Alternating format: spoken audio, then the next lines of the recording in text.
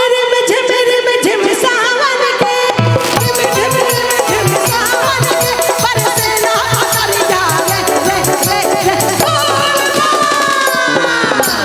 नाच कवरिया, अरे नाच कवरिया, नाच कवरिया केहू के नगरिया बन के पुजरिया रे, नाच कवरिया केहू के नगरिया बन के पुजरिया रे। रिम झिम सावन के, रिम झिम सावन के, बरसेला अतरिया रे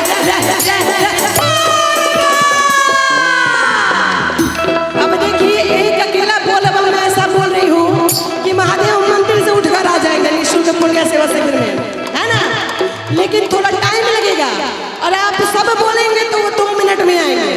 तो सब बोलेंगे ना, सारे बोलना है ना, मुश्किल आसान हो जाएगी अगर बाबा साथ साथ चलेंगे पथ पे। तो अब बुला लेते हैं और फिर एक साथ लेकर चलिएगा जल ढालने उनको, वो सारे दुख हर देंगे, है ना। आइए दोनों हाथ को, रिम झिम सावन के, रिम झिम सावन के, बरसेला अतरिया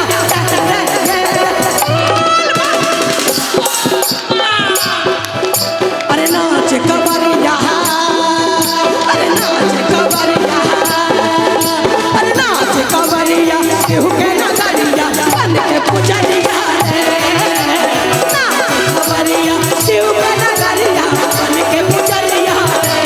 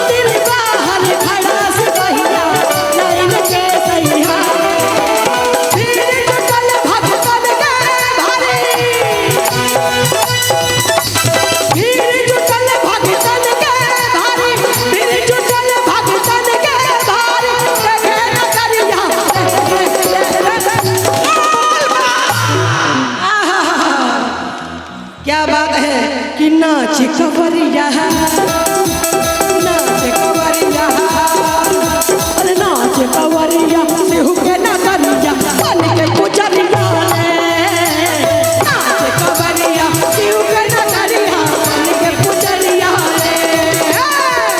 सारे आगे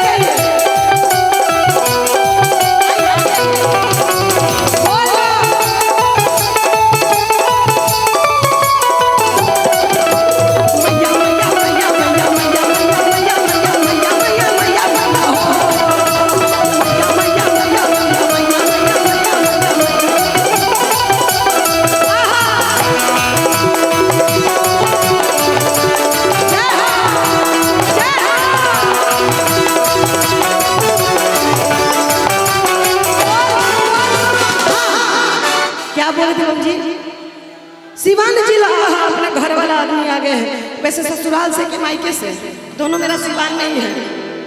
ससुराल वाले होंगे तो देवर जी होंगे, मायके वाले होंगे तो भैया होंगे, क्या कहें, बहुत चतुर है, देवरे बोल गए सीधे। बोली सच दरबार की, बोली बाबा भोलेनाथ की।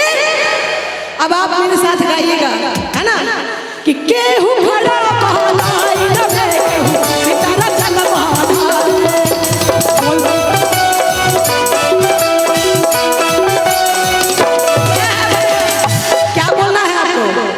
बोल बम बोल बम बोल बम बोल बम, क्या बोला है।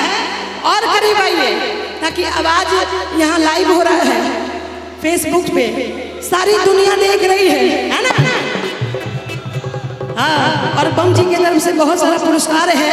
बाबा भोलेनाथ ऐसी आप पे कृपा बनाए रखे कि आप सब अपना आशीर्वाद देते रहे ऐसे ही। नाम बम जी महेंद्र प्रसाद गिरती, झारखंड से। सब घर वाले आए हैं आज। आइए पीछे वाली माता बम जी, जो माता बम जी मेरे साथ झूमना चाहती है यहाँ भी आ सकती है ना, इस मंच में भी आ सकती है। माता जी हमारी आप आ सकती है ना। जब माँ बेटी के साथ हो तो बेटी को डर नहीं लगता है, अगर माँ साथ हो तो ये बेटी सारी दुनिया से लड़ लेगी, है ना। बोले सच्चे दरबार की ड्राइवर बम वाला, हाँ सब सुनाएंगे, सब सुनाएंगे। बोले सच्चे दरबार की जो भी माँ यहाँ आकर झूमना चाहती है मेरे साथ झूम सकती है। और दोनों हाथ को उठाएंगे, क्या कहेंगे, बोल बम बोल बम, कि केहू खड़ा पहलाई न दे बिना चलवा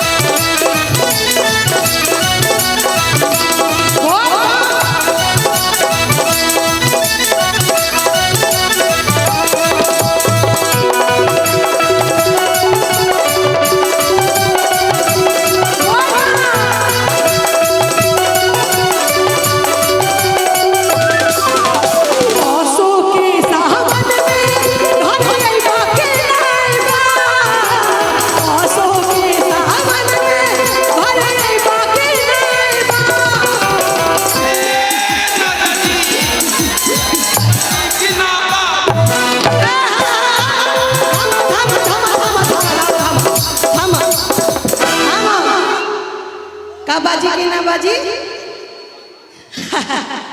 ना देवघर जइबा की ना जइबा। और पीछे वाले बम जी आपके लिए महादेव जी मंदिर से उठकर आएंगे क्या, आपको भी झूमना पड़ेगा, है ना। क्योंकि जो दोनों हाथ से नहीं बजाएगा ताली उसको सपनों में काटेगी माँ काली। श्वेता जी भैया, श्वेता नीचे बिजली का तार है इसलिए बोलो, थोड़ा एक एक हाथ केवल पीछे हट जाती है। एक एक हाथ पीछे, करंट लगने की संभावना है। एक एक हाथ पीछे हट जाए, एक हाथ पीछे रहे, है ना। झूम के थोड़ा जोर से, मैं अकेले क्या कर सकती हूँ, सब मिलकर कहेंगे, है ना, कि आंसू के सावन में